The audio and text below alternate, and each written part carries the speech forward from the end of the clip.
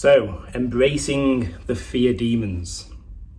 So, when we're setting about to tackle our goal, our vision, our kind of big, hairy, ambitious goal, as I termed it at the back end of last year, we may be faced with a lot of fear, a lot of doubt just in the back of our mind as to, is this the right thing? Am I qualified to do this?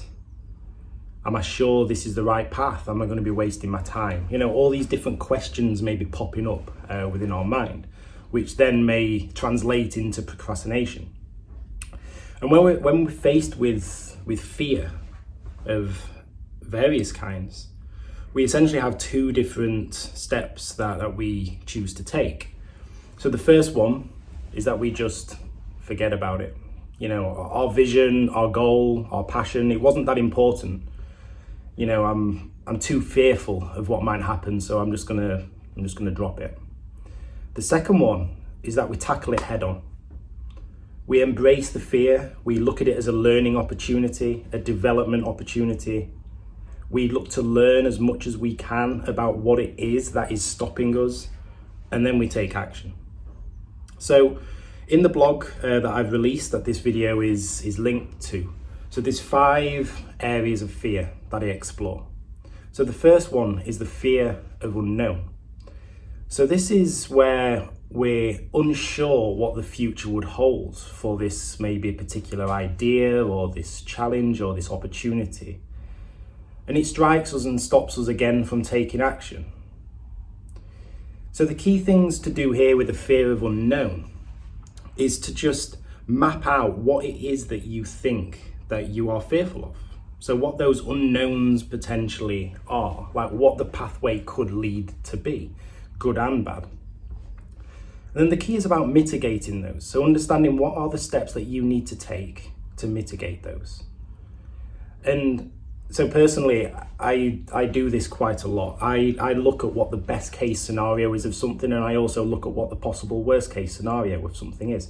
So at least it's in the back of my own mind for what the pathway could be, and how, if I see the worst case scenario beginning to come to fruition, what the steps may be to actually begin to resolve that and help turn that into a positive outcome. The next one, which is closely related, is the fear of failing. So this is just not taking the action because we're scared of not succeeding. We're scared of what it may do to our ego, what it may do to our own beliefs, what friends, family, colleagues, what all those kind of people may think of us if we do end up failing. So the type of things that we can do here, and this particular one that sticks with me, is what a leader, a coach, a good friend of mine almost always says when he's faced with a new challenge. And this is, what could possibly go wrong? So in this situation, what is the worst that could happen? Just as I'd mentioned with the fear of the unknown. And just begin to unpick that a little bit. Just understand what those steps are, what you may need to do, what you may need to do to remediate, and so forth. So number 3 is a very popular one, and it's imposter syndrome. So everybody suffers from imposter syndrome. I do not care what anybody tells you. At some point in their life, they will have had, or they will have in the future, some little niggle that tells them that they aren't good enough, that they aren't worthy enough, that maybe they aren't where they are on merit. So we all suffer from that. I think that's the first step in this, that everybody suffers in some form. As an example, so I attended an I Am Remarkable coaching session a while ago, and 9 out of the 10 people on the call put their hand up and said that they suffered with these thoughts at some point or other. The other person may not have heard, may have misunderstood, or may have just been in denial. But that is a prominent thing. And some of the things to point to here to help to resolve imposter syndrome is about just recognizing the value of a mistake. So we all make mistakes. And it's just treating those as being learning opportunities, development opportunities. But then it's also about the opposite of the mistakes as well. And when it comes to, just as I Am Remarkable promoted, recognizing the achievements that we've had and publicizing them. Human nature, human psychology is to kind of analyze the failings and not really promote the successes.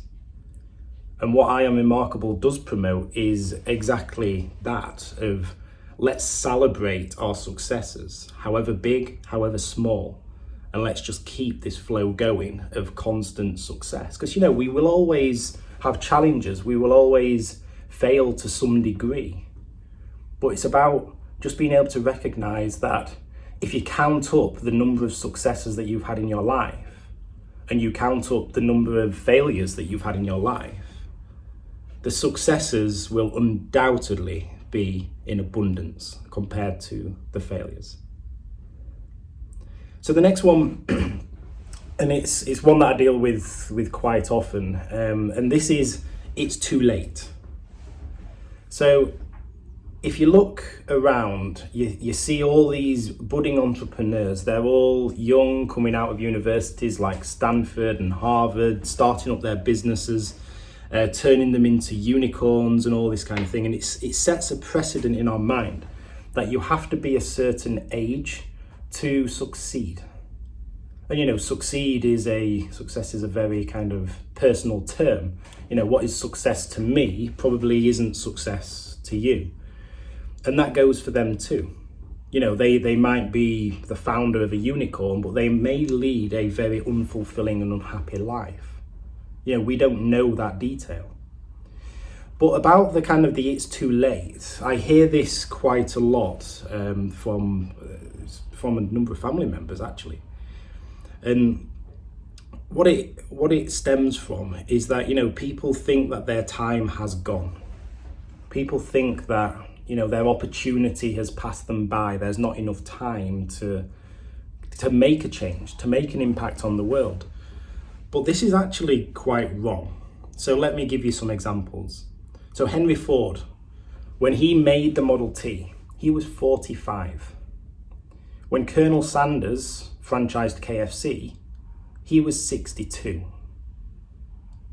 I wanted to throw this one in, although he's not the oldest of these two that I've mentioned, but Jeff Bezos was 33 when he founded Amazon. And then if we look to others, if we look to Warren Buffett, he's heading towards 90, and he's still in a prominent role within Berkshire Hathaway. There's one person I have the utmost respect for, David Attenborough. So he's upwards of 90, but he's still getting around the world, following his passion, doing what interests him. So that fear of it being too late is completely unfounded.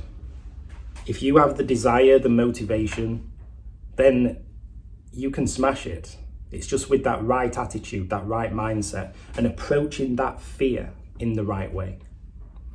So the final one, and as a practicing coach, I come across this a lot, as you can imagine. This is limiting beliefs. So this is where we have something in our mind that has planted something about us, right? So when we're trying to do something, it's this thing that keeps popping up, telling us, you can't do it. You shouldn't do it.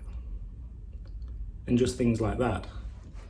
Now, the first thing that can help here, as I've mentioned with the coaching side of things, is most definitely a coach. A coach can help you to unpick this limiting belief, these limiting beliefs that may exist within your life. But there's a lot that you can do yourself too. So a limiting belief, it often stems much further back than from where we may perceive it. And quite often you may find it's some subtle behavior or experience that may have arisen within childhood. So it may have been things that, where your parents may have not been aware that they was kind of setting this precedent, but it might have just been some language that was creating this, that as you became an adult, this stuck with you. So I hope this has helped. It's good food for thought around the fears, because there are so many things which debilitate and stop us from actually going and achieving the things that we really want to achieve.